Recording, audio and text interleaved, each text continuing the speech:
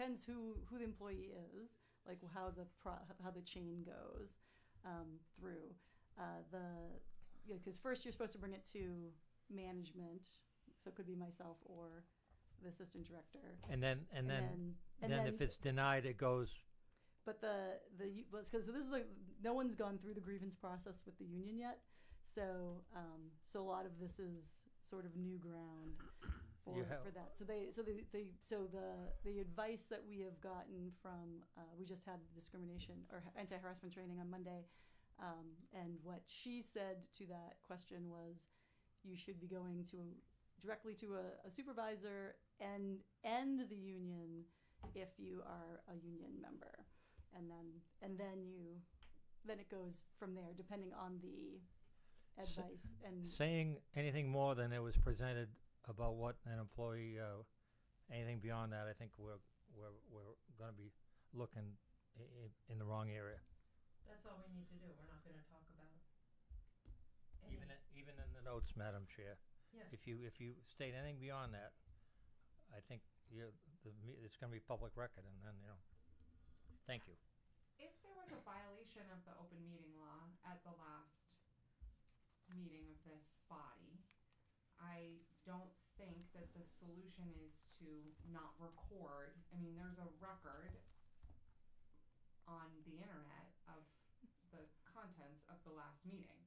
So I don't think that the question, I'm looking forward to hearing your concerns about potential violation of the open meeting law. However, I think that the minutes should accurately reflect the conversation, regardless of whether or not the open meeting law was violated. I don't think trying to conceal a potential violation of the open meeting law is the path forward.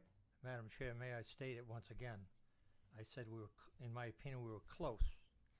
I did not say there was an open meeting law violation. Any open meeting law violation, you'd see me first of all raise my hand, and second of all leave the room. That's very clear.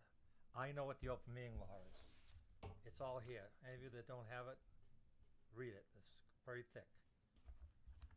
I did not in any way indicate there was an open meeting law violation. Again, if there was, I'd raise my hand and I'd be out the door. I would move to table the vote on the meeting minutes from December until the next meeting. I will come prepared at the next meeting with an amendment to the minutes, for discussion and possible adoption at February's meeting. Madam Chair. Is there a second? Second. All in favor? Okay, who seconded it? Aye. Charles. Okay, so moved. One opposed? All right. So at this point, I'd like to introduce Johan Hunter. She is the chair of the Human Rights and Inclusion Committee, and she was invited to come and speak tonight, and we had suggested that at the last meeting to come and talk about the food bridge proposal. Mm-hmm. Thank you, Johan. You're welcome. I want to make sure I'm in the microphone so everyone can hear me. So I'm going to go over a little bit. I had conversations with Noelle, and then I drafted something so that you guys could read. But essentially, during the time frame within which the government had suspended WIC and food stamps, there was a conversation, a meeting of the mind, so to speak. And I said to myself, well, why doesn't Danvers have a community fridge? I pass them all the time in my travels outside of Danvers. I looked up specifically the one in Somerville, and I saw that it was a wooden structure. Imagine a rectangular wooden structure with that one was shelf-stable items in there. Somerville specifically has more than one, so some locations have refrigeration and some locations don't. In the conversation I had with Noelle, we spoke specifically about shelf-stable items for the library. It would be great if, as it evolves, if Danvers additionally has locations here where there is refrigeration. In most cases, for example, Danvers has farms. wouldn't it be nice if overflow of farm items could go to these fridges and that sort of thing? With regard to the shelf-stable items, when I was looking at Lynn, for example, they have a donation cycle. So citizens donate, you can leave and or take items from the fridge, right? Their location is actually very close to Town Hall, and our library is very close to Town Hall as well. So it allows people to kind of go in and out. So in our situation, we're looking at shelf-stable items, non-refrigerated items.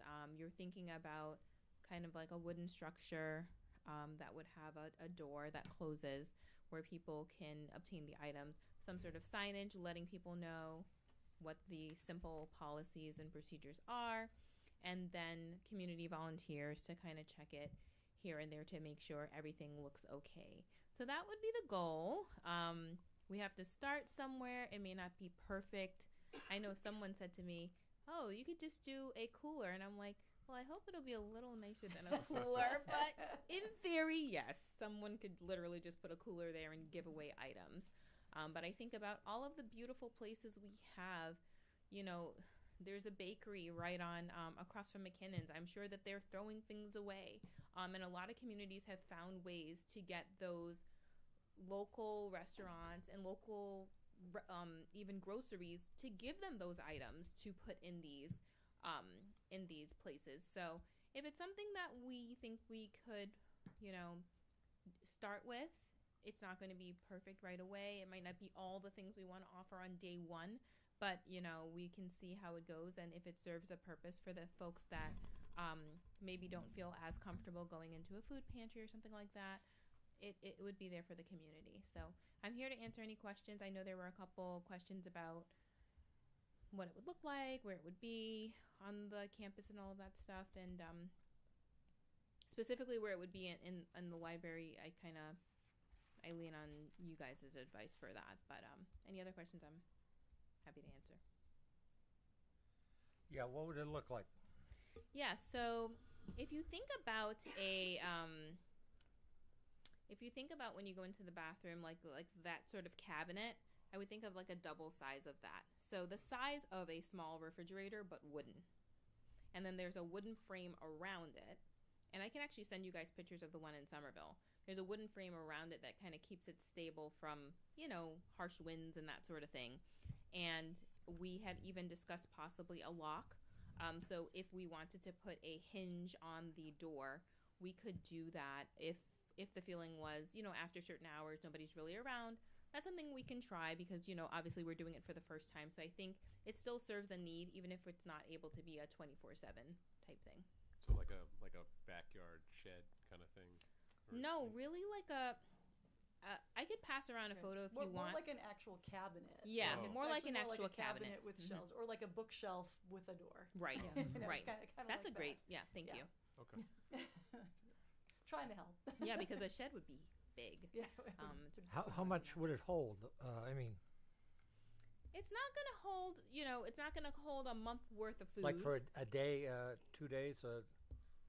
I mean, the goal would be that it could be stocked weekly and that people could take. And, if we see that it's being, oh, wow, this is like really taking off and in 3 days it's empty, then we could stock it more frequently. But the goal would be that on a weekly basis, it could be checked and restocked and that sort of thing. And we don't really know how many people are going to come. It's going to be something new.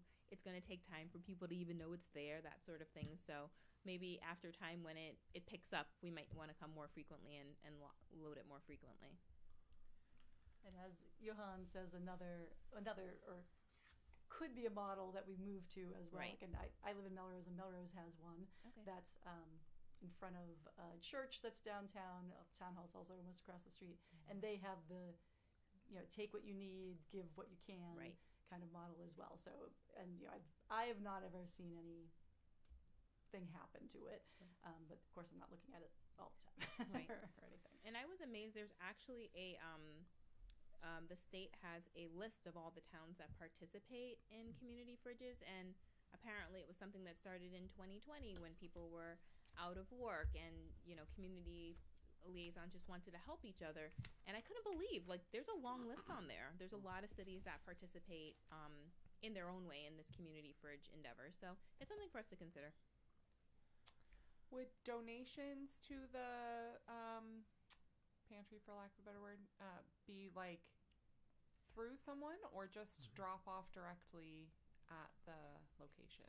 Yeah, it should be drop off directly at the location. I've seen, I was just looking at another location today, and they actually had an extra box next to the fridge for overflow donations. So that those items are there, and then whoever comes to stock it, we can move it from that box into the fridge. Yeah, because that would be, I think, if you're talking to local bakeries, for example, sometimes they have a large amount at the end of a day, and so I would just be concerned about food piling up next to it or around it. So right. I mentioned in the last meeting, I'm particularly sensitive to animals. The critters, into, yeah, absolutely. And actually so the library specifically is the shelf-stable items, but for the non-shelf stable items, I'm hoping that we can get some partnership with an actual restaurant or grocery store that is familiar with how to handle those items. Okay. So I wouldn't be looking to the library for that type of thing, but more for the shelf-stable items at the library.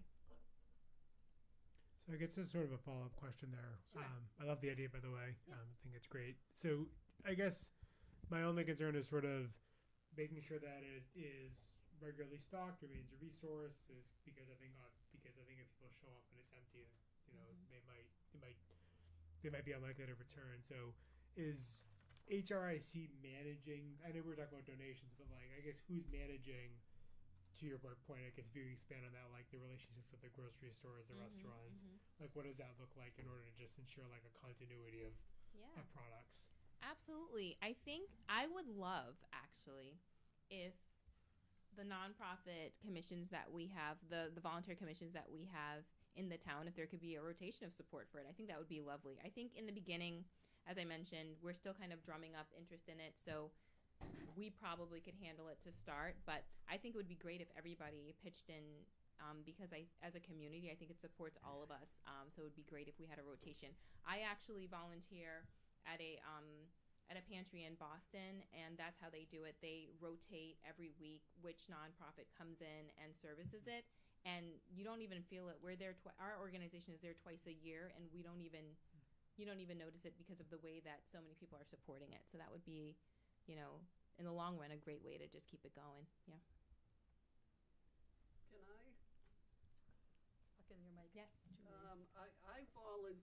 I volunteer twice a week at the food pantry in Salem. Mm-hmm.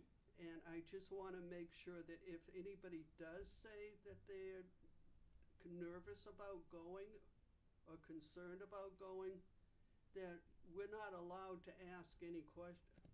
The only thing you have to do is you have to give and it's once, it's the first time you come, you have to give them your name, your address, and how many people are in the home. You don't have to give your salary. You know, that is all. So if you do find that people are saying to you that there's nothing that they need to be afraid of. Mm-hmm. Thank you for that. We actually did have the Danvers Pantry come and speak at our meeting just to kind of like put the information out there, hopefully to take away fear. We know fear, is false evidence appearing real. So it's not really there, but unfortunately people still have it. But the good thing about this, that kind of breaks that barrier. So if you want to come, get some sauce every week, by all means, come into the fridge and, get it. So that's a beautiful thing. And just because it's called the Salem Pantry, you don't even have to be from Salem. It's good to know. Oh, okay. Now, I know, Julie, you had some concerns about the actual safety of the structure, or? Well, I think that's been covered. That's been covered. Okay. Weren't you worried? You weren't worried about vandalism? I thought you were worried about vandalism. I'm sorry, what? I thought you were worried about vandalism. Well, that's been covered. Didn't you say that somebody it's probably gonna be locked? Yeah. So if it's locked, there's no. Okay. Is there like a QR code or something that, like, if it's empty or something, like Oh, someone's that's a looking great for idea. something? Yeah, that is a great idea to incorporate some sort of QR code where Someone, if you're the last one taking whatever it may be, you can actually put a note in and we could get notified. Yeah, that's a great idea. Just to be like, That's hey, a really it's good empty. idea. Yeah. Or That's- hey, We're going high tech already. or like, hey, like an animal or something got into it. Like, Right. hey, this Yeah, this absolutely. happened, just to let you know if it, if there's a break in a week or whatever. Like, Mhm. they know. Oh yeah, I love that. Thank you. Do you have any idea where you want to put it at the library? Location? I was leaning on Noel Yeah. for that. I didn't really want to take over your lot of land. But, and like we kind of, I mean, there's a few ideas as far as that's concerned, and I also want to touch base again with like Leaf and Hayden from the DPW as well, because putting any structure on the property, they'll want to weigh in on and make sure it's properly anchored and Secured. all that kind of thing Correct, too. Like the thoughts that I had were basically either very close to the parking lot, so kind of like the walkway near the parking lot, right? So that, so not that close to the building, but closer to the parking lot side, so that people don't have to trudge all the way up to the building. If they do have a car or something like that, they can take things and put them in their car.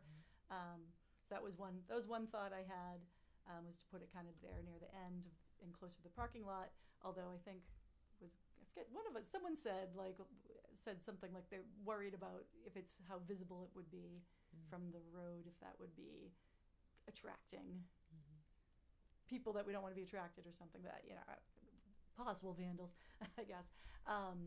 And then the other idea I had would be if we could have it on the outside where the Gordon room is. Because it could be under, so because there's a bunch of reasons for that, but like it would be visible. I mean, it's down that pathway. It'd be visible.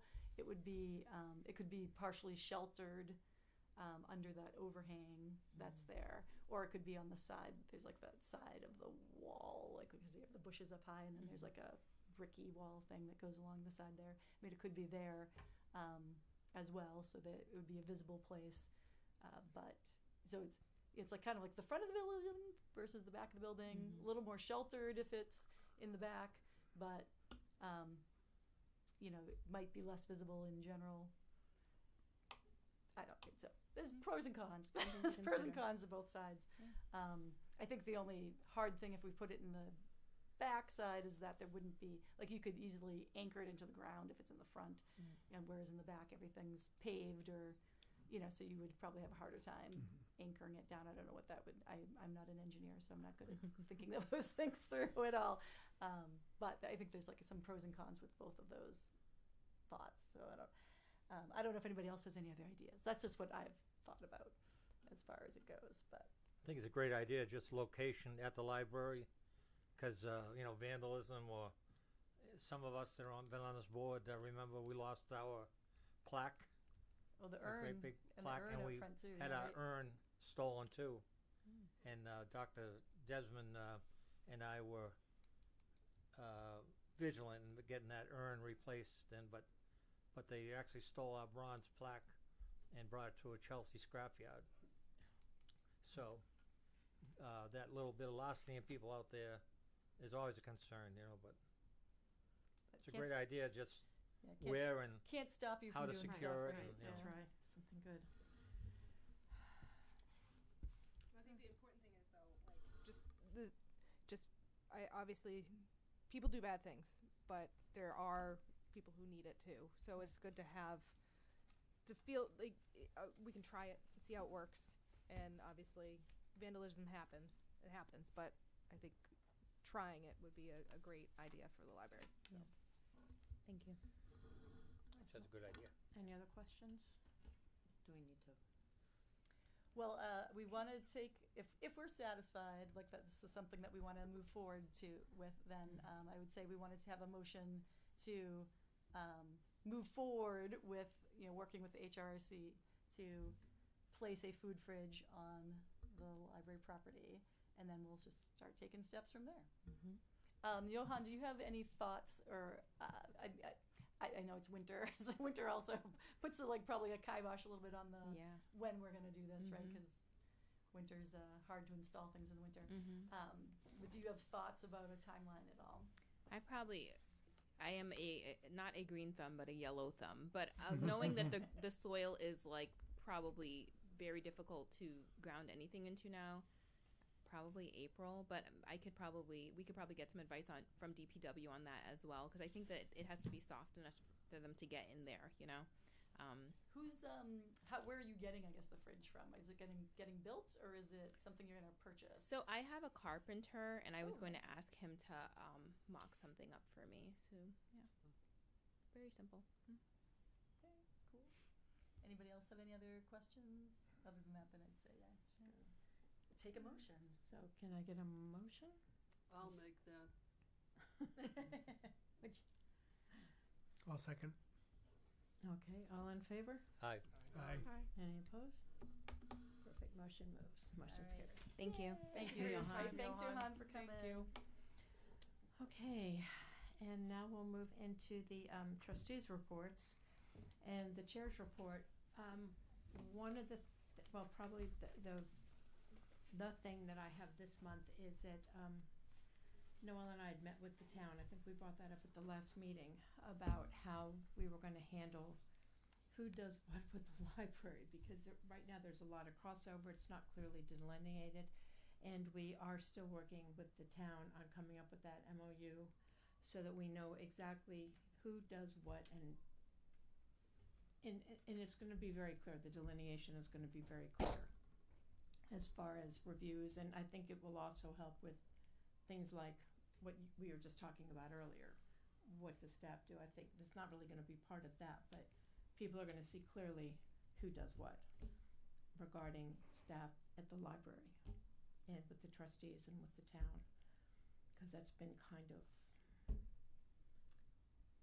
murky Very at best. Very Yeah, murky at best. Yes. and it makes me happy that the administration of the town is really looking forward to getting that done, because that's something that's we've been needing to do that for a while. And So the town is gonna do that? Well, The so- town is gonna do Well- that, or the library is gonna do that? So the human resources is creating sort of a memorandum of understanding that about what the town's responsibilities and what's the thing? What they offer employees as support and such. Well, for all the employees, but also specifically because the library is still a little separated out because of just the way things have been. So they're gonna put together, like, here are the services and things that the town and HR does for library staff and employees, and so that it's very clear when we look at it and say, well, this is what we should be going to the town for, and this is where this is where the support is. This is what, so everybody knows all of the things, like how, because we have like a lot of delineation between, who's doing what when we're hiring somebody, even, like just there's like the town does certain things and then the library is doing certain things. And so like we need to make that, very, and it's even just since I started, that has changed. And I've been educated, like they're like, well, we're supposed to be doing this, and I'm like, oh, like, well, the library used to be doing this, and so there's a whole bunch of things, from everything from posting a job onwards to the hiring process, and then through support for employees. It's been a very mixed up thing. So the HR is working on what the town and HR offers and should be offering, and then that way it'll make it clear what the library is responsible for, as well. So it's in progress. It's in progress. So we're at this point we're waiting. I met with the town manager last week, so we're at the point of waiting for the list from HR, and then we'll discuss and move on from there. I'm sorry, what do you mean by a list? Of what the town does and what the services are that HR has. What I just said. So so it'll be a list of all the things. But are you talking job descriptions? No. Well, no. So I write job descriptions, but the job descriptions then have to go through the union, right? Yes. So as I'm saying, this is all information, right? So this all has to be be explained and written down very distinctly, so that everybody knows. So you guys know too, right? So the board can look at that and say, all right, the library director's writing the job description then is going to the union for approval, then it's going to, human resources to be posted when an opening happens, within this, so, right? So all of that has never been super clear. And it's been something that we've been working on as I've been here, like the last 4+ years that I've been here. So, but the contract should state all of that. Well, say like there are things in the contract that are in there. There's lack of clarity in what the town's responsibilities are, what the library's responsibilities are. And I'm not just saying like union things, but there's a lot of small things that are not in the contract. They are not spelled out. So there's a lot of things that are not spelled out.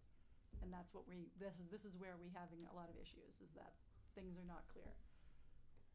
And also with the trustees, because we evaluate Noel's. So when are we notified about things? And how are we kept in the loop? Right, exactly. So it's going to delineate a lot of things that have never been clearly stated before. And it's going to be, I think, really helpful.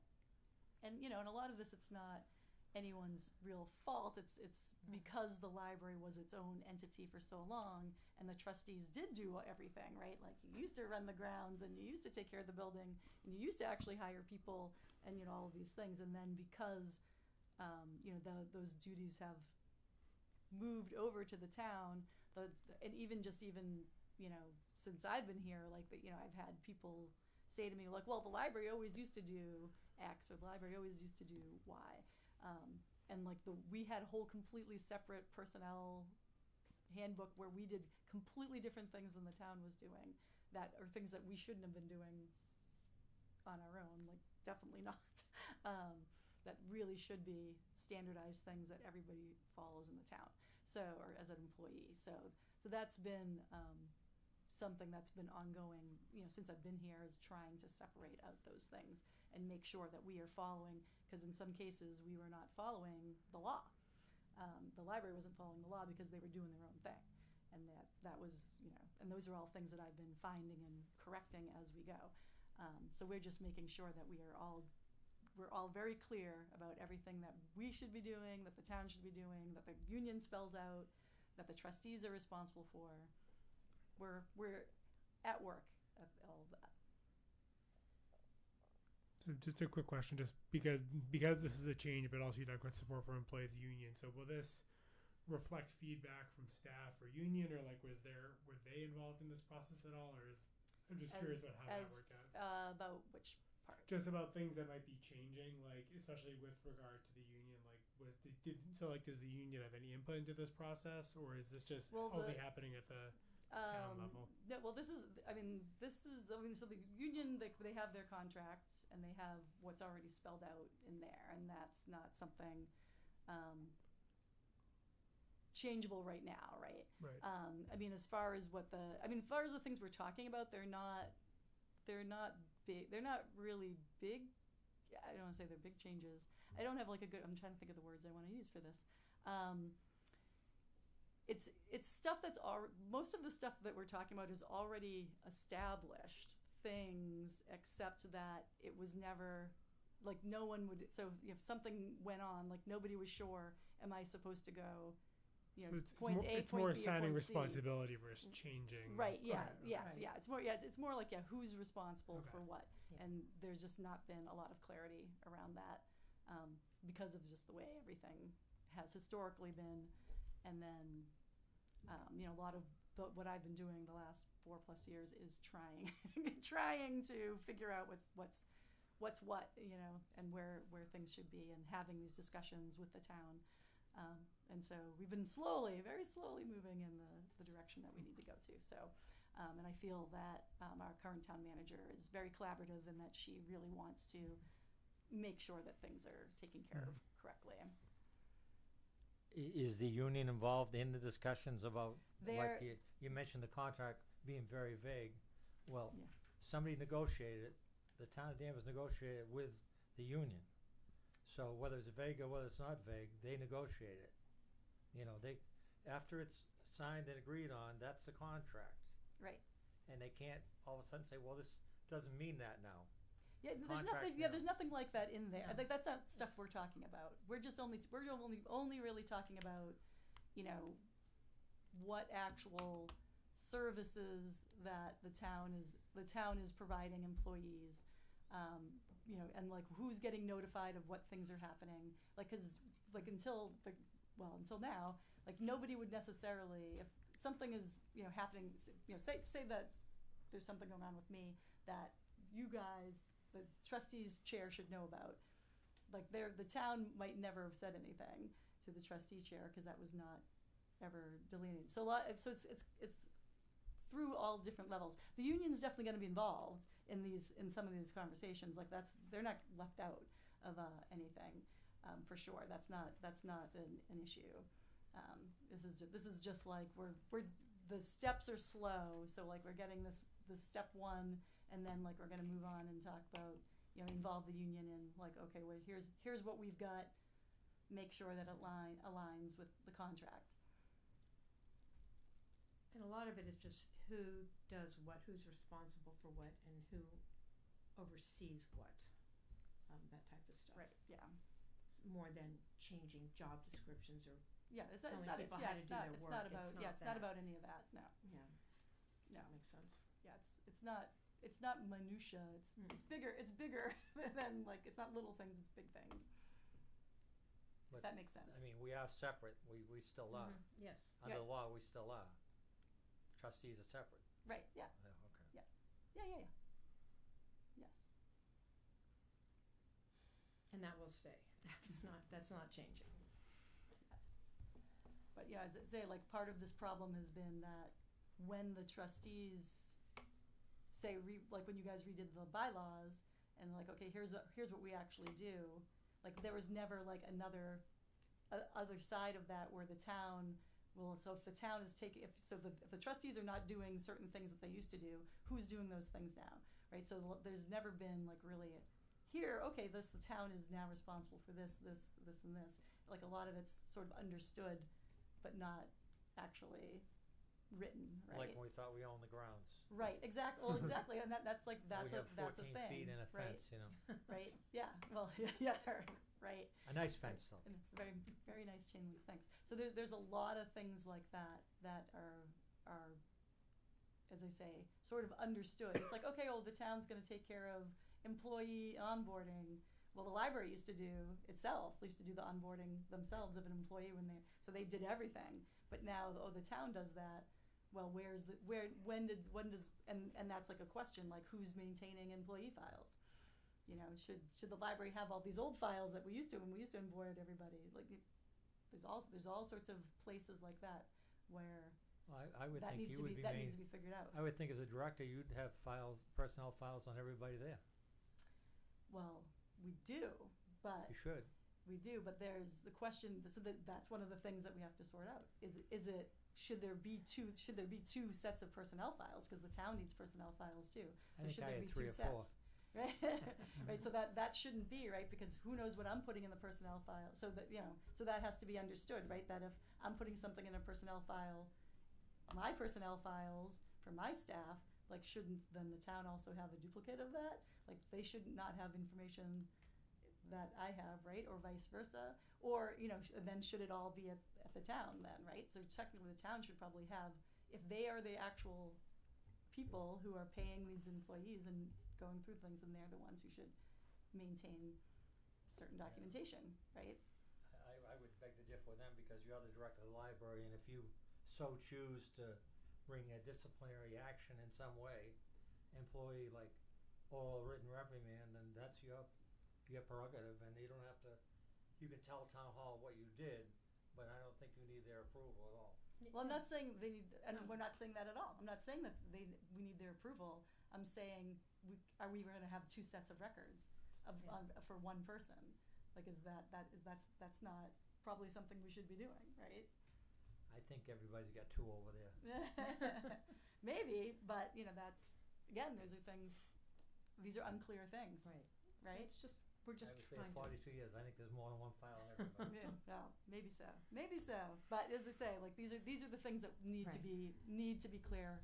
Like we've been living in this in between place, and that's really not really where we should be, because this is where violations come in as well. Okay, so any other questions? Can't talk. All right, let's move on then to the treasurer's report. All right. Treasurer's report for December. Julie, I already emailed this to you. Oh, you did? I did. Must be today. It was. It was not too long ago. The beginning balance for December was $713,391.71. $0 in deposits. Income of $5,290.88. $0 in withdrawals. $0 in expenses. There was a negative change in value of $3,490.22.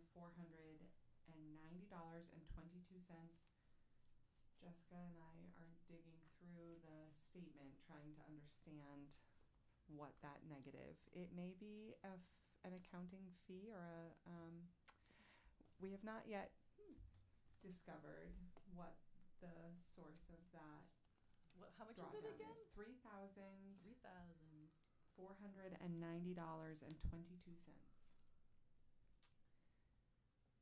I thought that it was a market value change, but it does not appear to be a market value change. The income of $5,290, but yeah, I think I just am gonna reach out to Raymond James about help interpreting the statements because the line of income often is zero when the change in we need to understand that a little bit better. In any case, with the income being more than the negative change in value, we have an ending balance that is higher than the beginning balance of $715,192.37. I have faith that there is a good explanation for this. The folks at Raymond James are pretty much know what they're doing, but I will look into it and report at the next meeting. Thank you. Okay, can I get a motion to? I'll make a motion to accept the treasurer's report. Thank you. I'll second it. Thank you, Ken. All in favor? Aye. Ken, Ken. Second. Noah, and Ken. And I'm sorry, all in favor? Aye. Thanks. Any opposed? Okay. That was unanimous, Julie. Okay, and the Friends of the Library update. And I was they had a weird meeting today because they usually meet the third Wednesday, and they decided to meet today, and like nobody was there. It was like, but I can hold on. I wrote notes down. Let me tell you what the notes were for the Friends today. So I included in like last minute, I decided to throw in your thing the museum passes. So there's like a spreadsheet that I put in your folders with the museum passes. Sorry, I should talk in my microphone. So they had asked me if I would create a retrospective of the museum passes. So I did the past 5 years worth. So that's just like a very interesting look at. And so like when I started here in 2021, we only had 8 passes. Granted, it was also still pandemic times. And since then, now we have 17, I think 16 or 17 passes. So they've really, more than doubled or doubled the number of passes that they have. This year the number was a little bit down, mostly because the aquarium. And this used to be the case years ago, and then I think during pandemic times they changed it. Now they've switched back. Is the pass for the museum for the aquarium is only good from September to May, and then they do not have valid passes for the summer. And so of course most people go during the summer, or a lot of people go during the summer. So so the previous years you'll see it was like 265 uses, and then like this last year was like 119. But I did just get an email from the aquarium saying that they were going to introduce a summer pass. So that's going to be interesting to see how much they're going to charge for that. But I'm sure, but like I talked about it with friends today, and they're like, of course we're gonna buy. I mean, of course you're gonna buy it because it's like the most popular pass. But anyway, that was just interesting. And so this year for their membership, so they did things like, so usually they kind of start their membership drive a little later. And this year we decided to start it earlier and do like the raffle basket instead. So as of right now, they already have 107 members, which is definitely they're way ahead than they usually are by now. And 30 of those are new people, which is really great. And I think they brand new people. And they still had, I think, 45 people who hadn't renewed yet. So if you're not a member of Friends yet, renew. Or if you are, or join, or renew. So that was great. The other thing, and I don't know if you and I talked about this before or not, Noah, but so they do have like quite a bit of an influx of money because of the family festival having to give back money that was still being held. So they did give several $1,000s to the Friends. So the Friends happily have like a really nice, strong balance right now. They did decide. I put in about the recovery corner, right? Like I mentioned about the recovery corner idea in my report. It is, it's in the report, right, too. Yeah, so they did agree to fund the bookcase and bulletin board for recovery corner today as well. So that's really Jillian's baby, but so she was excited that I told her that. And they also agreed to. We had talked about this at a previous meeting too. So usually what happens if, like, say the children's department wants, to hire a musician to come and do something with the preschoolers, they could like make a request to the Friends for funding for that if they felt like they'd already used a lot of their programming money or something like that. And so everyone was doing like these individual requests. And so I had floated the idea of what if they just give a lump sum that can go to each department, like so adult, teen, children's that do programming instead, so that they don't have to approve little things every time and make judgments. So they decided that they would do that. So they voted to give adult, children's, and teen programming $1,000 each to use for programming purposes. So I was very excited about that today as well. But if you guys have any ideas, you can just email me. Or Noah too, if you have any museum pass ideas, because they're so flush with cash right now, they're like, let's get more museums. So if there's any museums that you think would be good to add to our stable of museums, like just shoot me one. And like we kind of talked about just creating sort of a master list of ones that we don't have. And like look into them and see if so I was like talking about the Discovery Museums out in Acton, or the was one of the other ones I was just talking about, the Children's Museum in New Hampshire in Durham is like fantastic. That was always one of my favorite children's museums when my daughter was young. So I was like, there's all sorts of places. So within, but we've got they got the Basketball Hall of Fame, which is like 2 hours away. So there's no end to the range, I guess. So if you have any ideas. I have two. Oh yeah, go. What are they? I'll write them down. The Waterworks Museum. Waterworks. Where's that? Oh, the one in the mall? No. That's a sand one. It's in There's a sand Boston. one. Waterworks. Okay. It's basically the location of where Boston's water used to come from, and it's this beautiful museum. Cool. They have a bunch of different things on water, different programs and stuff like that. So I took my kids there last February, and it was amazing. So. Oh, okay, cool. What's the other one? Portland Children's Museum. Mm-hmm. Ooh, it's a good one. It's a great one. All right, Portland Children's, and it also is all dependent on whether they even have museum passes, because some places, library passes, some places don't have them. But yeah, well, I'll put them on the list. Look into it. Yeah, I'll put them on the list. Portland's, it's just as far as going to Basketball Hall of Fame. Yeah, an hour and a half. So. Yeah, kind of like, hey. So yeah, there's no limit to like where you could possibly, we could possibly look at. So and that was, I guess that's, and then otherwise there's a lot of talk today, because they have their open house coming up at the end of the month. So there was a lot of talk about the planning and where we are at with that and everything. And so that looks like it's going to be a really great day. So was there at some point parking passes for beaches? so we do have the DCR parking pass. So they actually give libraries 2 for free, and then a couple of years ago we asked the Friends to buy 2 extra. So they're so they don't get checked out through the way the other ones do. They get checked out like you do like a normal book or whatever. So they're over in the library of things instead in like a case. So we do have 4 of those, and so yes, so they're anywhere that they charge parking that's a state park. So like Salisbury Beach is like a good example or whatever. You can just check out the pass, and it's like a little like hangs on your mirror thing, and you can have it for 2 weeks, and then you have to return it. You can't check it out again. You can't renew it.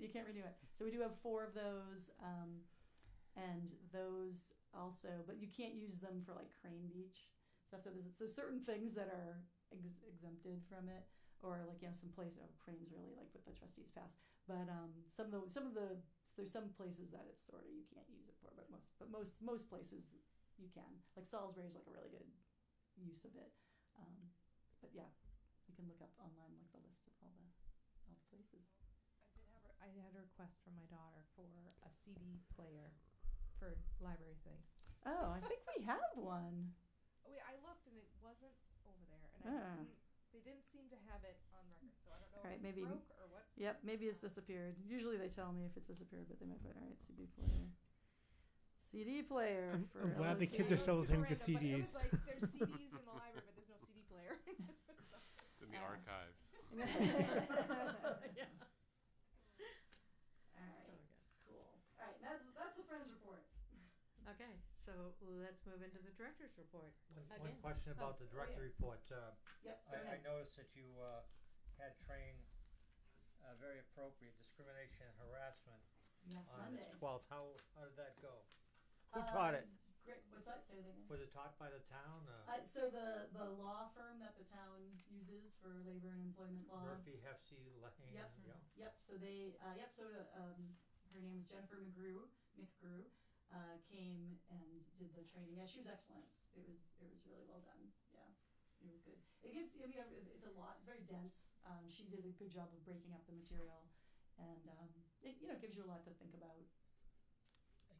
So I actually just to follow up there, and not to rehash what we talked about our last meeting, but in light of the discussion in the last meeting, are there any sort of like steps that came out of that training? That like any sort of like steps that came out of that training for personnel? So what they talk about, and we did have it was like kind of a 2-session thing where there was a session for everybody, and then there's a little extra 20 minutes for management. And then she shared the slides, so everybody has all the slides, which is great as well for referencing. So a lot of it was good about it. Kind of clarified process for everybody. So that was like really good. Where who you should be going to when there's complaints, and how that moves forward, and then how the because a lot of it's like hard to you don't know until you have to do it, right? Like where am I supposed to go? Who am I supposed to talk to? Can I do this? And then it's like rarely does a really good job of going through. It's just dense information, but what the different because there's the difference between harassment based on a different so you have are people getting harassed for age, for their for race, for gender, for their orientation. There's a lot of those, and so then it kind of makes it was helpful to make people aware that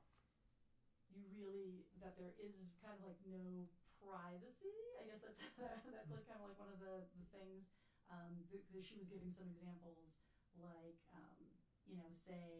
say I was friends with staff members on social media, and I posted something that was negative about something in the staff, or I don't know, something like that, or something that was offensive in general. that just even though it's on my personal social media, because it's out there and work people can see it, that still is, there's no, I can't say that, oh, that's just my private thing and like it doesn't matter. It matters that I put it out there and that I am offending, staff members or, whatever. And so, so a lot of it is it's a lot about, letting people know that you have to be very thoughtful at all times about what you're saying and who you're saying it about and what words you use.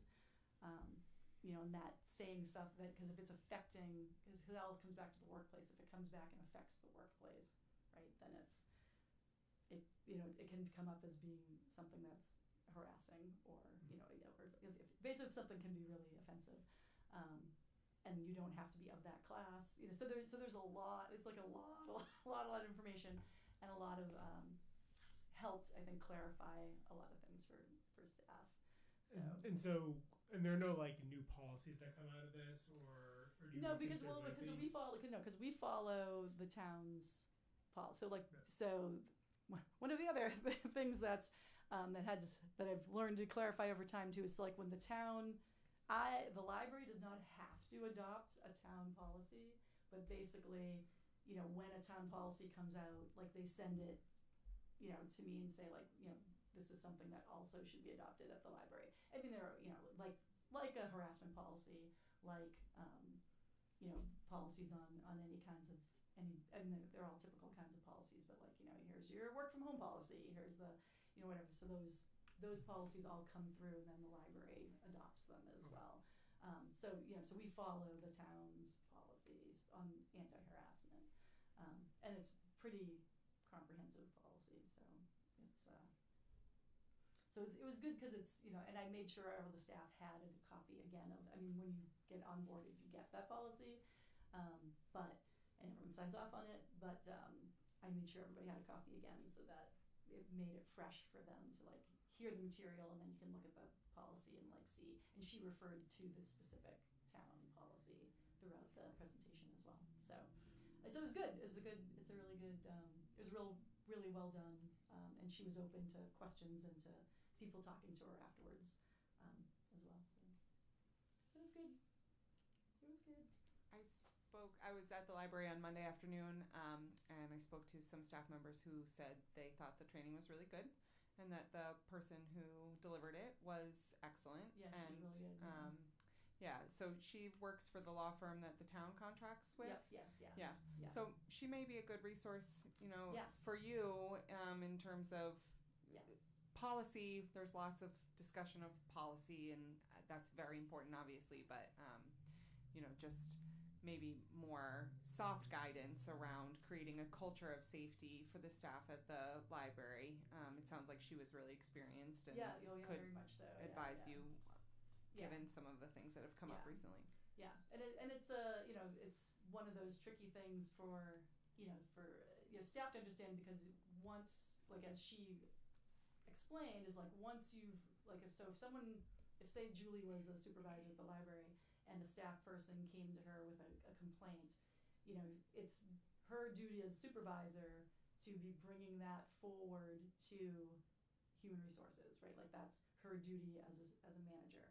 But once it's brought forward and human resources has it, then like she, except as a witness if necessary, like she's now no longer in that process anymore. And I think that's part of the difficulty, is because then like the immediate people, like a lot of immediate people are then exempted from what's going on. And so then that's a frustrating piece because that person has to sit out, and then doesn't get, and so then people want answers from the person they talk to who doesn't have answers, right? So it's hard. It's a hard cycle. I think I'm just maybe considering being more forward-looking in prevention of harassment at the library and other places, but given what I'm hearing from folks in town is that the position that DEI director? Yep, right, will not be funded in the coming Oh, budget really? cycle. Don't quote me on that. Yeah, Um, I'm not sure. But I that's haven't heard. My concern is if anybody watching this now has just got information. and I'm saying I don't have that on authority, but it seems there's a strong possibility that that position will not be funded in the coming budget cycle. My concern is this is being videotaped. I understand. I think I'm So being now very people- clear about the anybody who nature of the listens to this information. now realizes Realizes what? that there's a chance that a person's position is being eliminated. Everybody who's listening should be aware that there is a strong possibility that that position will be eliminated. It's currently vacant. So It's there's vacant? There's no person in that position. Yeah, so elimination might be, well, I don't say, like, I don't know. I don't know things, so I can't really talk. I think just we want to be careful of what terms we're using, I guess. In case it's. If that position is not filled, Right. it has been vacant for quite some time. There have been questions at meetings about the fulfillment of that position, and we have not been given any assurance or any reason to believe that that position will be filled. So, given that that position is vacant and may not be filled, I think that leaves a little bit of a void that a huge void, excuse me, let me correct my language on that. There is a void in terms of some of the work that that officer was fulfilling in terms of proactivity, preventing when there's friction, for example, between staff members, and it has not risen to the level of a harassment claim. The object would be to diffuse tensions, to facilitate communication, and I saw you have a cultural competency training coming up, and I think and I know those things are always ongoing. So my only feedback would be, it sounds like this particular lawyer was she a lawyer? Yes, yeah. Was very well received by library staff, and sounds like she would be a great resource for you. Yeah, no. Yeah, I agree with you. Being proactive on that front. I agree. Fantastic. All right, yes. Anything else about the director's report before I say anything else, which I don't actually think I have a lot of extra today. Can you, for the Library Legislative Day, thanks for inviting us to come, can you talk a little bit more about just what that day entails? Yes, Julie's been to one. Does anybody else? Ken, you came once last year, right? I think so. So the Library Legislative Days, so usually every region of the state tries to have one, so like a library steps up to be the volunteer host of it. And so what happens at that day is usually all of the local representatives around that region get invited to come to that event, and there's usually some speakers. So usually like a rep will speak or two. There's often somebody who's somebody like the library director or somebody like that will also usually speak. And then often there's a patron who's often chosen to like give a library life-changing kind of story as well. But it's mostly like a great day to sort of just celebrate libraries, to connect with representatives, to kind of talk about the importance of libraries. I did go to one. Was that last year? Last year, I think I went to Andover's as well, and they did it as a speed dating. So they had a different.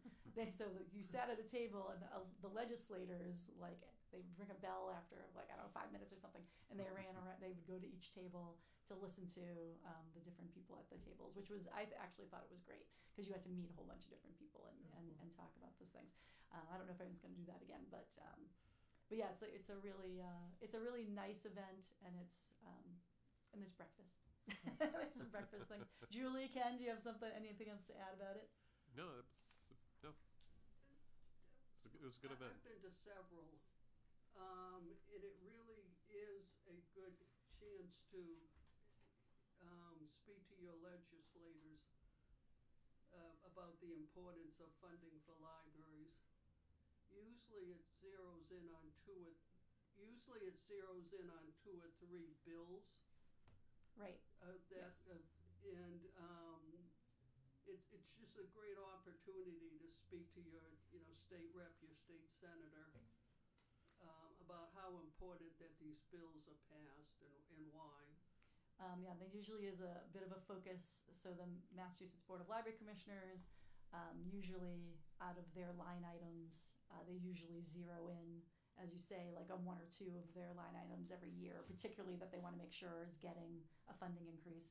And so they'll kind of unveil what they're looking to do and like that, and that will be like a focus as well as like, so if you're talking to legislators, mention, fund this, fund that. Yeah, so that's always a piece of it as well. Yeah, and come if you can. It's like it's a nice morning at the Melrose. It's like 10 minutes from my house, so it's a walk from my house. But they just this past year renovated and did an addition to their building. So it's a nice chance to see like what a newly renovated space looks like too. So Thank you. yeah. Anything else? Anybody else have anything else from the report? No. All right. I don't think I actually. I was gonna say I don't think I actually have anything else. I feel like I've been so zeroed in on so many things this last couple weeks that I'm like I don't even know what else I'm talking about. Really, and I guess I'll just like mention as far as I know, yes, the fire alarm issue was fixed. Though I'm not actually sure what the problem was, but they said they fixed it. So that should hopefully not be a problem any longer, and it hasn't gone off since they've came. So so that's all good. And otherwise, I think I was just like, did I have anything else I wanted to say? I don't think so. I think I didn't have anything else. Oh, yes, I do. I have one other thing to say. So we did complete our interviews for assistant librarian position. Our first candidate has given us a verbal yes. I'm not going to say his name or their name at all until I get a signed letter of acceptance or anything. But that person I think will be a great fit, and they're going to hopefully start the first week of February. We are still seeing whether any candidates from that group, because we had the second position come open while we'd already posted that position. So we did say that second position was open to the candidates, but a lot of them couldn't do the schedule. So we're seeing if any of them are able to do that schedule or not. But if not, then we might have to repost that second position, which we really don't want to do. But if we do, if we have to, we have to, and that's okay. But it was really strong. All of them were really excellent candidates. I have to say that was a really nice group of people who all had well qualified, and I think would be great. Any of them. And yeah, I think that was all. I think that was all I had to say. That was extra. Yes. I found it interesting, Madam Chair, that the new process for interviewing candidates is they know what they're going to be asked. I found that very interesting. That when you're applying for a position and you get to know what you're going to be asked, that's pretty good. That's very nice of you. Well, and to say like the Massachusetts library system came out recently in the last few months with like some guidance for libraries for like hiring practices and things, and that was one of the things that they suggested was for accessibility reasons, and to help people who have anxiety or other reasons too, to make it an easier process to provide them questions. So we had more than one person who thanked us for providing the questions in advance. They're like, this is one of the nicest things. I found that interesting. Yeah, and it's we don't we're not deviating from that list of questions obviously that we gave them, but really you do notice that it cuts down on nervous behavior from people, so they're a lot more comfortable coming in, and so that's nice. It just like takes an element out that can be very stressful for people coming for an interview for position. And it also, the other nice thing about it too, which I didn't think about before, but it also is very good because it's showing people the expectations of the job, right? Like, so there's like, here are things that people ask, and this is stuff that I need to know to be able to do this job. So so people might go in otherwise and be like, oh, like I thought I was going to just sit at the desk all day and check out some books and read in between, you know. Like here's reality of things that, you know, we're gonna be talking about and like, you know, interested in that you're being able to do. So yeah. But it's good. Yeah, we're trying to be more accessible all the time. Anything else from anybody before go on to the next thing on the agenda, madam? Okay. I thought you had told me you had 2 more things to Well, I talked about the museum pass That was already. this, Yes, I okay. talked about museum passes already, yeah. And this just that you handed that out? Yeah, yes, yeah. Got it. Okay. So now we will move on to, since we just discussed old business, any new business? Well, we have some on the list. The open meeting law, which we all got a copy of thanks to Noel, and that was also sent out with the package materials. And did you want to? Well, I just had a couple of you know, board members who sort of just reached out with some concerns about open meeting law, and so I just honestly I just wanted to make sure that we all have a copy of it for reference. I did write on the top of everybody's the Mass Board of Library Commissioners. This is like their they have like multiple links at that site that I put on there about open meeting law, and they have links to training. So Attorney General's office does have trainings, like I think they're every month pretty much, that if anybody's interested can go to a training about open meeting law. And then there's some other guides and guidelines at that website I put on the top of the handout that I gave you. But just, you know, I just wanted to make sure, since like some people expressed some concerns to me, that everybody does have a copy of the open meeting law. And it is, there is even, I just kind of gave you the full guide. There's even more pages than this that get really deeply into if there's a complaint against open meeting law, if there's like, so I didn't copy all of those pages, but you know, they are available online for you to look at as well. And then, you know, it is the responsibility of everyone that's elected to the board to be following open meeting law and to make sure you're familiar with it. So I just wanted to make sure everybody had it, since a couple of members brought it to my attention as something they wanted to have on the agenda. So that's all I'm saying about it. I don't know if anybody else wants to talk to it. So Any further discussion? I was one of the members that brought it up.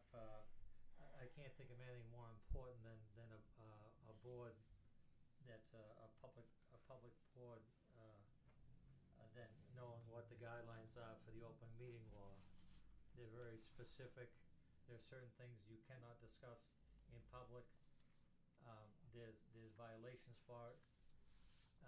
In my 25 plus years of being a library trustee and 30 plus years of being on the Danvers Retirement Board, I've attended hundreds of meetings and fortunately have not been involved in any violation of any open meeting law discussion.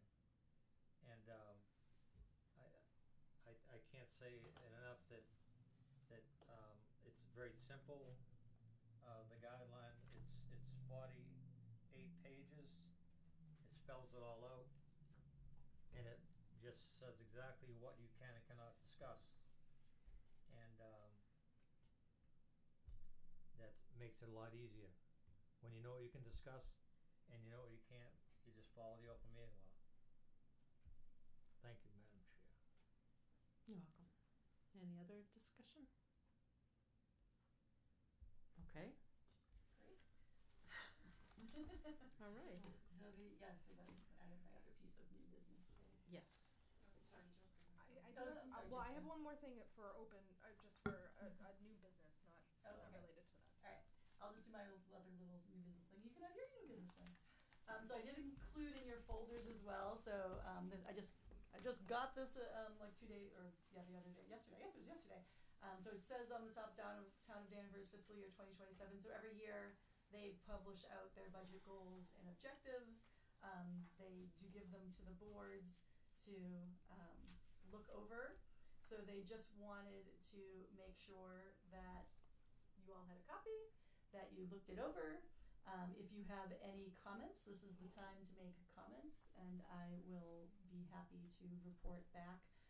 Otherwise, they just want you to say that you approve the goals, the budget goals and objectives. And so they did this year make a point on the second page under ongoing strategic objectives of making sure the library, the schools and the library were particularly in the goals. They also put the library under the budget goals, on the first page in the fourth little paragraph under the first real section there of the fiscal year.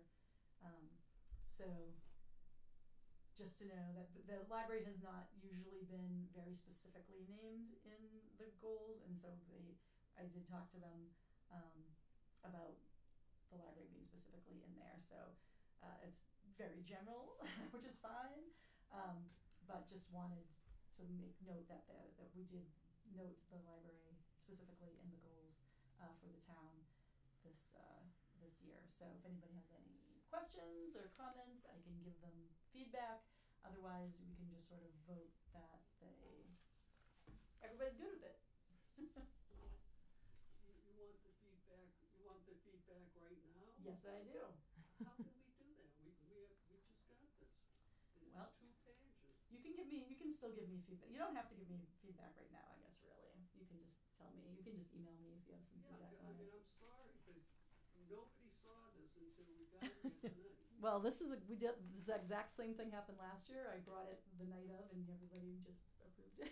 So You're only talking about the draft budget, right? yeah, this is really just Because the other one is a townwide, right?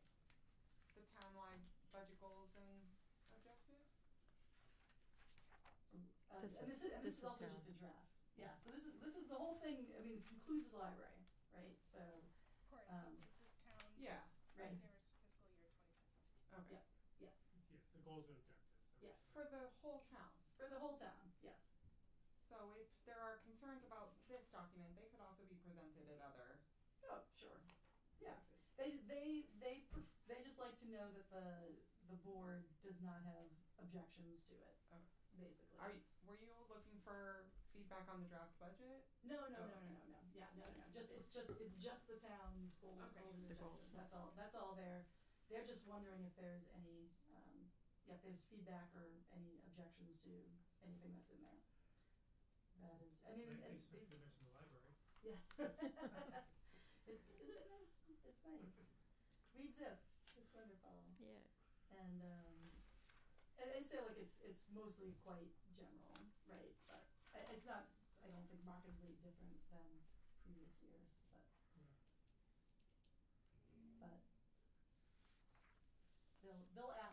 they'll just ask me if the trustees had feedback. So if you end up with feedback, you can tell me. Not tonight. Okay. All right. So if no one has any feedback tonight, you can email or call Noelle. Yep. Feel free. And you had another item? So I just sort of had an idea that I wanted to bounce off of the board itself. Obviously the discussion that we had a few months ago regarding, the amount of money that we give to the library every year, and if there is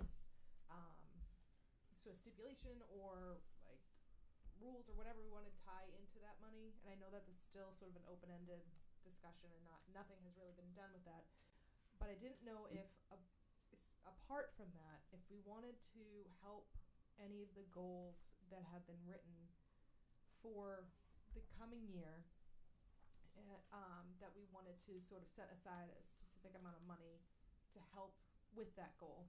And I know this is sort of specifically, we've talked a few years regarding the archives.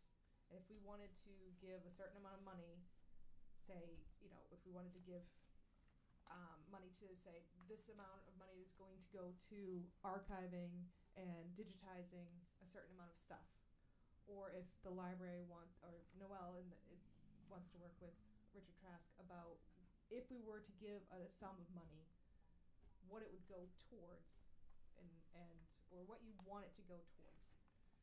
So I didn't know if that's something that anybody thought about, or if that's something that is like a negative, or anybody had any ideas for that, or any other things towards the library that we want to put a lump of money towards. Yeah. Can I ask for a clarification? Are you talking about when the town asks us to give money back? No. Okay, so what are you talking about? So we have $715,000 currently in Cornerstone. So we have a lot of money currently in there. So in where? Into In the trust Cornerstone. fund. In the trust fund. So We also have a sum of $100,000 Correct. In what was meant to be a short-term holding, relatively short-term. I think that's a more pressing, and I agree, we should prioritize getting that money allocated correct. to something useful. So that good point. We do have $100,000 that has a little bit more stipulation to it, that it can't go towards staff. It has to go directly to the building itself, I believe. Well, it can basically, yes, it can't be used for employees or like paying for employee benefits or for Right. like hiring staff or anything like that. Basically anything else. It could be you know. physical. It can be physical items. We It can like be. paint the exterior. We can buy Yeah, you can. Yeah, yes. a new heating system. Yes, or, something yeah, like that. furniture. Yes, like I'm always want furniture. I always want furniture. So, but I have a question. So, is it only capital, or could it be used for, let's say, a project was paying a vendor for digitizing? Could it be used? So I for don't that? believe it can. Okay. So it Because has to that be would be more capital. salary based. But I don't know. Not if it's a vendor. I don't Yeah. think if you're using a vendor, it would be. Or like a system, like a. But yeah, if you were gonna buy like we could use probably like a high end Yeah. scanner, or something Right. like that. Like yes, right? Yeah, yes. I mean, I think it's worth having a discussion about it. We've all probably talked about the archives, but I think that it's, because I think there's a huge public benefit to it, but also just in terms of retention of materials and getting materials that are only physical right now into digitizing them just for posterity and security. Flood or something, God forbid, So I think it's worth having a discussion, because I feel like we have a lot of money that is available to use, and I think if we can use it to push forward some things, it's a discussion worth having. Right, and it's obviously it's not like we don't want it to be a yearly thing. It would just be a sort of a lump of some like what we would be comfortable with, and that as a board. So again, we can look into seeing if that $100,000 can be used for something like that. Like I said, had a very broad definition for what its use. We just want to make sure what that money is used for. It will help. 'Cause I know obviously Charles and I talk all the time about the archives and other people too. But even when there was quote unquote a water break, and the idea of that archive being flooded scared and obviously it didn't happen. But if it did, all that stuff would be lost. So what we can do, even if it's something, but that's open for And to answer your previous question, when you said, can we put stipulations on it? If it's a gift, yes. We can say what we want that money to go towards. If we're doing something outside the budget of the regular operating systems of the library. So maybe for Noelle, if you want to talk to Richard about something, maybe, and if there's other departments too, I don't know, I don't want to limit it just to the archives, but if there's different things that you specifically want, if you want to present that to us and see if that's something that we want to put this money towards. Is that comfortable with everybody?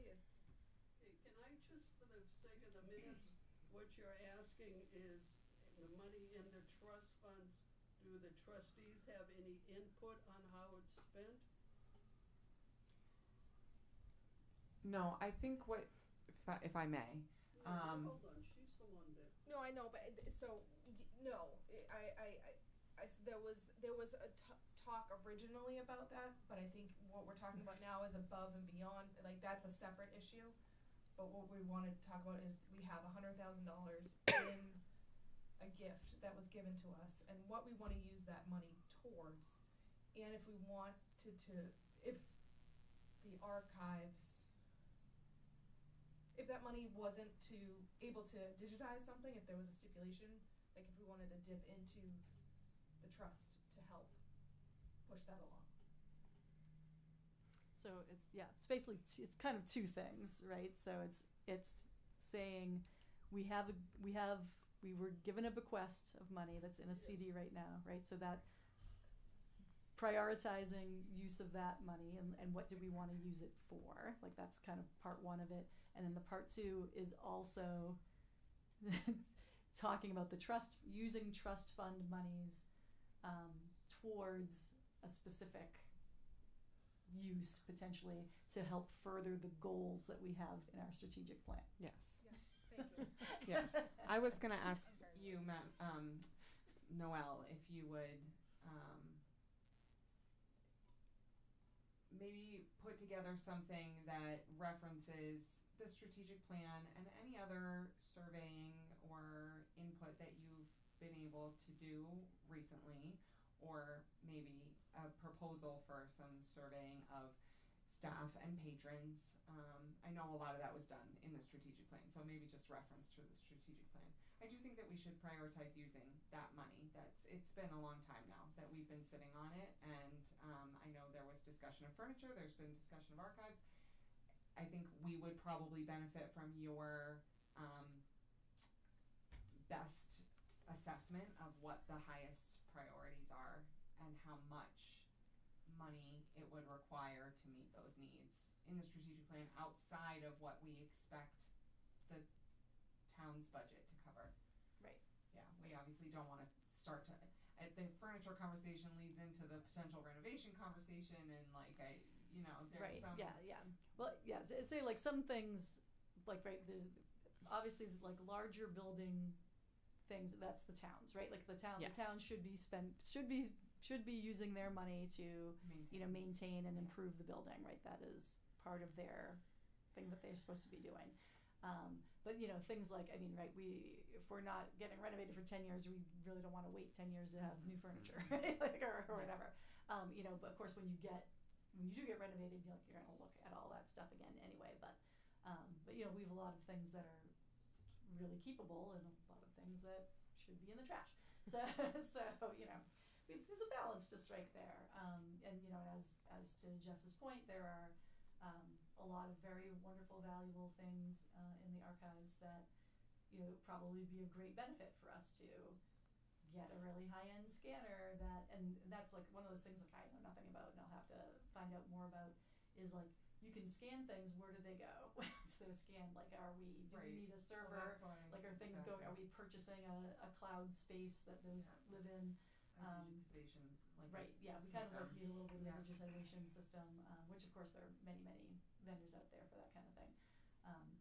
So yeah, that's some, but I think that is a priority as well. Like I would definitely say so. But I will work on that for maybe we could set a goal of having having an action plan for that $100,000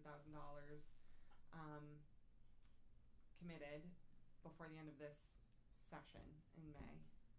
Yeah, for Seems sure. reasonable. Yeah, I think that's totally reasonable. Yeah. I'm I'll sure work on that. there'll be a lot of discussion, but maybe just starting with a presentation on what you think the greatest needs are. Love it. Could I just ask a footnote to what's already been discussed? Yes, sure. But with regards, I don't want to sort of just delve just strictly into the conversation about the archives because we have talked about that a lot. But within the context of the forward-looking strategic plans right now for the library, is the issue of the archives on your radar as a concern for the strategic planning for the future of the library? In what sense do you mean That means with regards to, should we be doing anything about the condition, circumstances, and present state of affairs regarding the archives? that has to be on your radar screen. Oh, it's, yes. Yes, it is on my radar But, screen. so I'm just simply saying that the context of bringing up issues of allocating resources, to me, seems to be something that we should be fully aware of, so that we would know how the resources that we have at our disposal can be of the most beneficial value to you and to the library. But if we don't know, Well, I'll say I did have a conversation, right before, I guess that was right after Christmas, with, a person she's at the Massachusetts Board of Library Commissioners, and this is part of her work, or most of her work is with preservation and archival work. So I did actually reach out to her, and we had a conversation kind of, about the archives, which she has not been here, so, she's gonna come and visit, like, so she and I are gonna set up a visit, so that she can kinda, get a little bit of a sense of, like, what we have and what kinds of things, might need to be looked at and done. And she's like, she can't do anything herself, like, besides advise, but she has, resources and, like, recommendations. One of the things that I've talked to the town manager about, in regards to the archives too, is, that we don't have, and this is something I'm gonna work, with Richard on, is we don't really have a real good sense about, the, kind of like the worth of everything that we have there. And we know we have some very valuable items, we know we have, just lots and lots of things, in general. And that's another thing that I did, talk to the town manager about, like, is like, should we be holding insurance, for especially valuable items or not? And so, but to do that, like, we do need to get, like, an appraisal, of things as well. So that was, like, part of my conversation with this person from the Mass Board of Library Commissioners as well, is, how do we navigate these things? And I'm really like, I don't know anything. So I'm gonna meet with her, hopefully, probably in February sometime, and have her, she's gonna come down and kind of do a site visit, and, like, we'll kind of get some other boots on the ground, looks at stuff, and then also, work with Richard with, like, one of the things the town manager was asking is, everything in the archives, who does it belong to? Like, so if things are given to the archives, or they're given, does that mean the town owns them? Does that mean the library owns them? Does that mean, are there records of, like, when somebody's donating something to the archives, are they saying this is for the archives, which is part of the library, or are they like, this is for the archives, it's part of the town, or I'm just giving this to the archives, period? Like, what's the understanding of all of these materials that are there as well? So there's a lot of, there's some big picture thinking that we need to do, and then, like, hone down to, like, what do we actually have, and what is its value, and what other kinds of steps do we need to do to make sure that we're ensuring, right, like, that what we have is properly cared for, properly insured. If we have a flood, like, we had a flood, right, there's building insurance, but if we don't know what we have and what it's worth, right, that's like a whole nother ball of wax. And I think Richard has some ideas, of the worth of some of the materials, but I don't think he has probably a comprehensive idea of that either, right? And those are things that we kind of really need to delve into as well. So yes, it's on my radar for sure. I'd be there for that meeting in February. Sure. Yeah, I don't have it set up yet, but Yeah, I'll let you know. I'll let you know when it's set. Yeah, I just think that, I mean, on behalf of, I can't speak for everyone in the room, but I think that in our role as trustees for the library, we really need to be aware of what steps are being taken to address a concern that we've been really putting on the agenda for a while. And I'm glad to hear what you're saying today. That's very encouraging. But we can't be helpful. We can't even allocate resources to be helpful if we don't know what the needs are to which we should be allocating resources. Discussing with the public on how they can help us ensure, protect, hold these valuable resources for future generations. That's very important to us as trustees. We should be doing that. That's one of our responsibilities. Yes. And if we can't execute our responsibilities if we do not have data and information and guidance from our director on how we should be doing that. I mean, I just feel a little bit at a loss. I think I'm not I can speak for myself. I'm at a loss because I don't have accurate information about what to even recommend to you that we should do. I could say we should bring in an outside consultant. There's people who specialize in this kind of work. Yep. Should we do that? But maybe it's premature to do that without our own people, first of all, pulling together a complete itinerary of everything that we have. I mean, so these are questions that I'm sure that you're asking. But Yes. Would it be unreasonable to ask Richard Trask to attend one of our meetings so Yeah, that we he can could see if answer we some can. of the questions that we have about the archives directly? Yeah, sure. We can ask that, sure. I would support that too. Would you mind? May you please?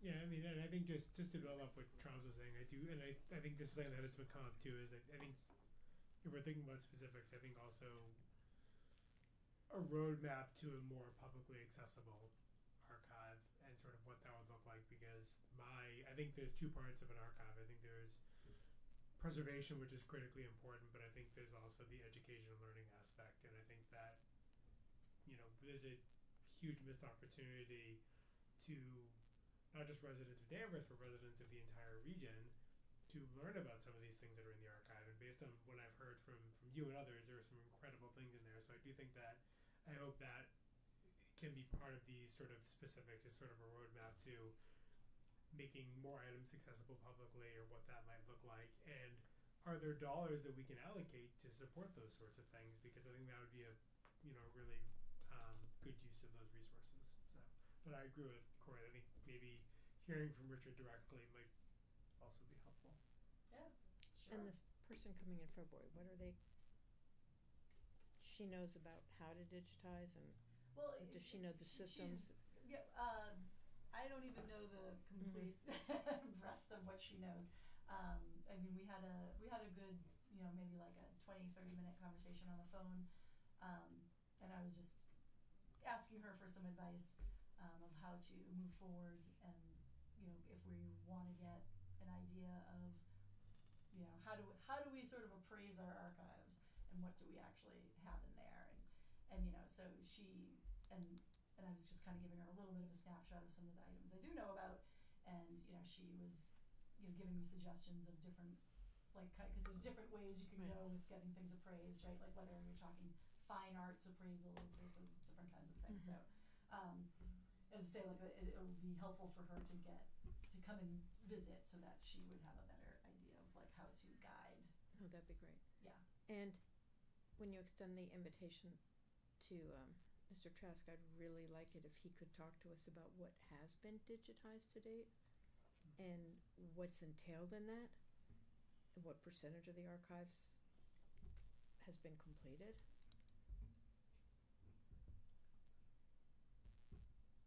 What he would like to see to move that along, because that needs to be a priority, one of our priorities, absolutely.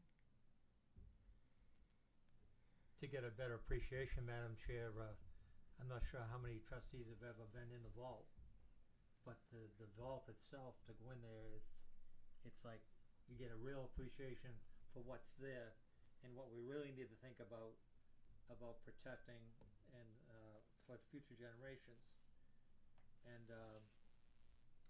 then once you have that knowledge, I'm sure everybody say, we need to get on this real quick here. Yeah. Other than Julie Curtis's sign when she ran her first time There in there. you got it. But there are things in there that are precious. You could never ever replace them. Right. And I'm not sure how many people have been in there, but it's worth the tour. As a trustee, you walk in there, and when you walk out, you have a better appreciation when you come the next time to see what's there. And then it comes to like the public trying to. This just seems to be like a never-ending story. We've been dancing this a long time, but we have some things that the public would be amazed at what we have. But to display it, you need like a case at the State House, rock solid, thick glass, protected. Yeah, museum quality. Because yes, things could disappear in a hurry. But that would really, if you could have something like at the State House and the archives there, you're not going to break into those things. But the public is allowed in there and look, and they go, wow, this is really something to see that, but if we had one of those, advertise it, that would bring public to the archives, but it's a never-ending story. Even if it's digitized, so not, if you can't see it in person, at least like, See it You can online. see it. it's protected now, but if they can actually just see it digitized, might spark a lot of interest as well, so. Seeing is a real thing. Correct, Yeah. no, I wouldn't, Yeah. yes. We're For gonna the build a books. fridge, let's build a cabinet for the archive. And Mike, you might know the answer to this. I know we have a halon system inside the vault. Is that door fireproof? I mean, is that door waterproofed? I think, I think it's the fireproof. vault, but- I'm not sure. Yeah, Yeah, I if only there ever was- hear about the fire. I think the and fire, not we about the finally flood. learned after a lot of years about the fire. I think we have a fire suppression system now. Yes. Before we had water. Yeah, And- which would destroy everything. That was gonna ruin everything, but I think now we have fire suppression, Yes. fire starts, takes the oxygen out of the air, don't go in there, Exactly. it's over. But Yeah. You the, hear that alarm, get out. Yeah, the vault has a 6-hour suppression I don't system. think that's gonna burn So- anything real fast in there. Yeah, so the But- building will burn down, but the vault will remain. But I mean, looking forward, if we had like a case like the State House, I mean, people can actually come in and look in the 5-inch glass to see what's there, but, If it takes the oxygen out, it's probably waterproof, because it has to have a sealant to it. Yes. Yeah, that's probably true. Yeah, I just want to make sure if there's rising water, is it protected? That's all. I assume the door is. Well, as I say, like the vault, what is in the vault might be protected. There are But there's tons thousands It's of not, items that exactly. are not protected. You know. behind the wall, there's a lot more. Yeah. Right. Yeah. Like it's like in the reading room and in the behind, right, like those items would not be protected from a flood. Like I mean, well the things are high, but yeah, there would be a lot of things lost if there was a significant flood. I would say. But a field trip to the vault would be a good idea for the trustees. We can. Has we can, everyone been in there? You have not.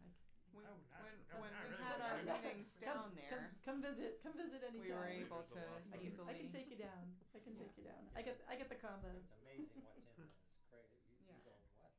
That was one of the advantages to having our meetings in the archives, was that we were able to easily, when a meeting wrapped up early, we ducked in and checked things out. Okay, so back to the meeting. All right. Are we done Well, with this was all part of the meeting. it was. This was great talk. This was good. Okay, so anything else for new business? No. I leave for vacation on Friday night, so do not Yeah, bother don't me for authorize 2 that. weeks. Oh, I got your phone. I know how to get you. Sure. Okay. All right, can I get a motion to adjourn? WhatsApp me. So moved. Motion by Jess, Second. second Charles. All in favor? Aye. Aye. Good night, Danvers. Thank you. Late.